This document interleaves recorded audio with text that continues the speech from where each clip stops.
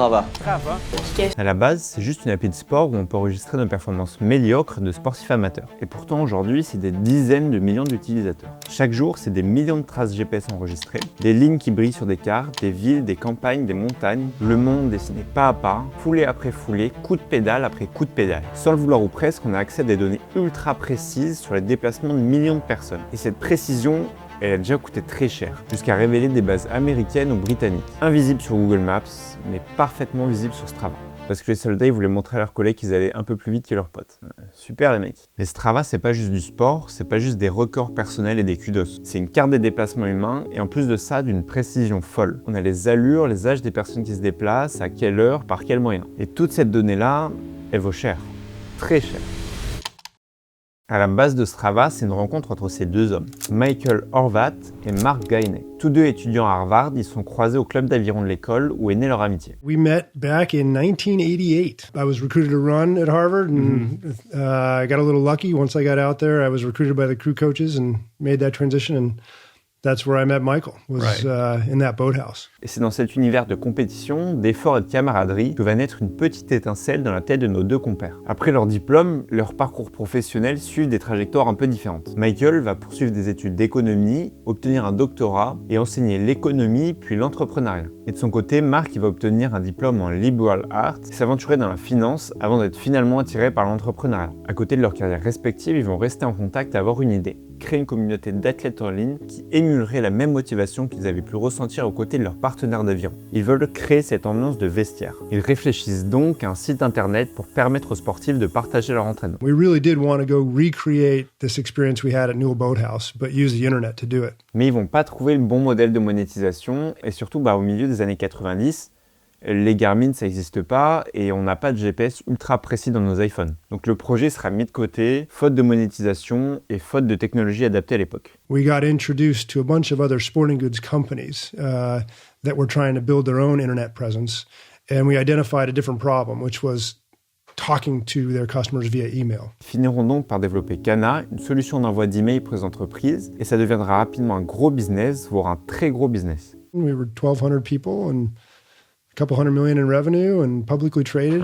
Mais au début des années 2000, après que nos deux compères aient quitté leur entreprise, les conditions commencent enfin à être réunies pour créer leur idée originelle. Avec l'avènement des GPS personnels, le début des smartphones et des réseaux sociaux, Michael et Mark ils voient bien que la technologie commence à être assez mature pour ressortir leur vieille idée de leur placard. Et en 2008-2009, ils ravivent leur projet en montant une petite équipe de développeurs grâce à l'argent qu'ils ont gagné avec leur première société qui entre-temps est entrée en bourse. Ils construisent une première version et décident de s'adresser aux cyclistes avec des compteurs Garmin. Leur stratégie, ça va être d'adresser le tiers des cyclistes hardcore qui va vouloir analyser toutes leurs données. Et donc ils vont se détacher des autres alternatives qui existaient, qui se focalisaient uniquement sur le grand public et qui bénéficiaient du coup d'un marché plus large. À la base d'un site internet, Strava doit s'adapter au changement et lance donc son app mobile. Ça devient plus accessible et on peut enregistrer son activité directement dans l'appli, plus besoin d'avoir forcément un compteur de vélo ou une montre GPS. Cette transition, ça va permettre une adoption beaucoup plus large, tout en conservant l'âme compétitive qui avait guidé la vision de base. Et aujourd'hui, Strava, ça rassemble des dizaines de millions d'utilisateurs à travers le monde, dont potentiellement plusieurs millions d'abonnés payants, ce qui en fait non seulement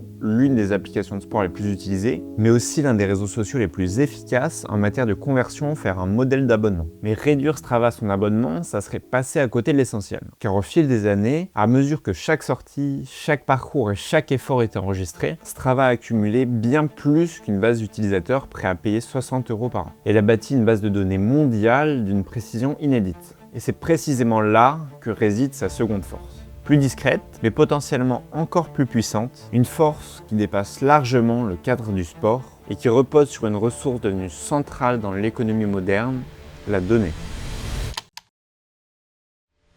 Métro.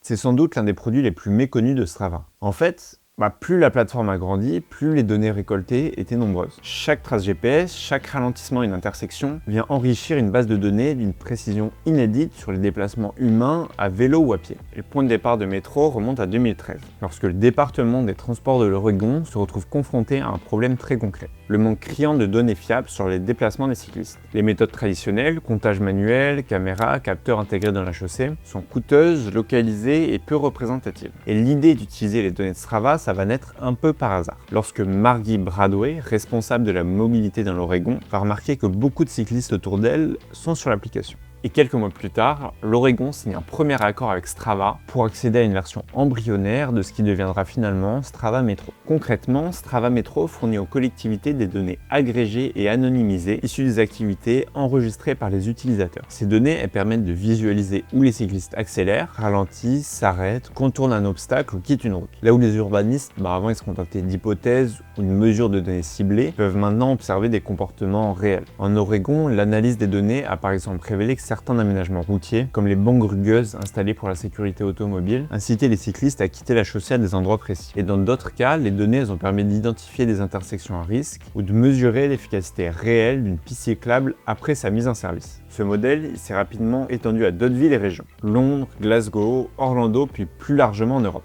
À Paris, par exemple, Strava Metro a contribué au plan vélo 2021-2026, qui a abouti à la création de plus de 160 km de pistes cyclables et à des dizaines de milliers de places de stationnement vélo. Dans des contextes moins urbains, Strava Metro s'est également utilisé pour mesurer la fréquentation des sentiers naturels, aider à la gestion des parcs ou évaluer l'accès à certaines zones. Cependant, ces données elles ont aussi leurs propres limites. La principale, c'est la représentativité. Les utilisateurs de Strava, ils vont être principalement des sportifs réguliers et donc ils vont avoir potentiellement des comportements différents d'un cycliste qui va au travail ou d'un piéton qui va se déplacer sans courir. Et dans certains cas, les données Strava elles vont représenter un pourcentage minime du trafic cycliste réel sur un axe. Strava, ils en sont conscients et du coup ils insistent sur le fait que Metro, ça n'a pas pour but de remplacer les méthodes traditionnelles, mais de les compléter. Maintenant, ce qui est important, c'est le prix.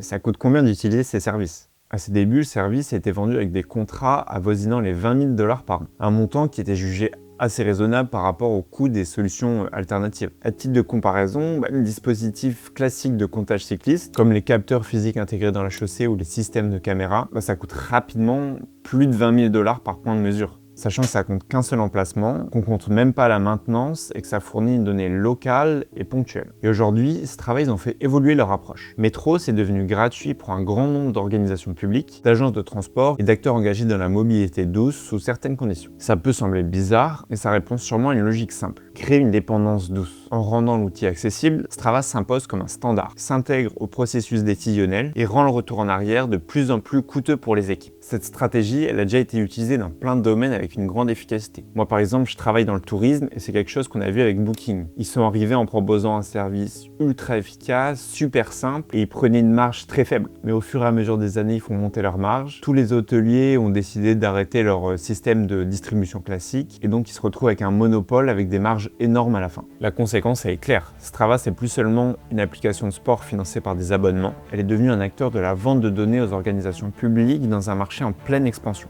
Et Strava, c'est loin d'être le seul qui veut conquérir ce marché. Strava illustre parfaitement une transformation plus large, celle d'un produit B2C, business to consumer, conçu pour le grand public, qui finit par créer, presque malgré lui finalement, un marché B2G, business to organization, fait pour les organisations publiques. À l'origine, Strava propose une seule chose,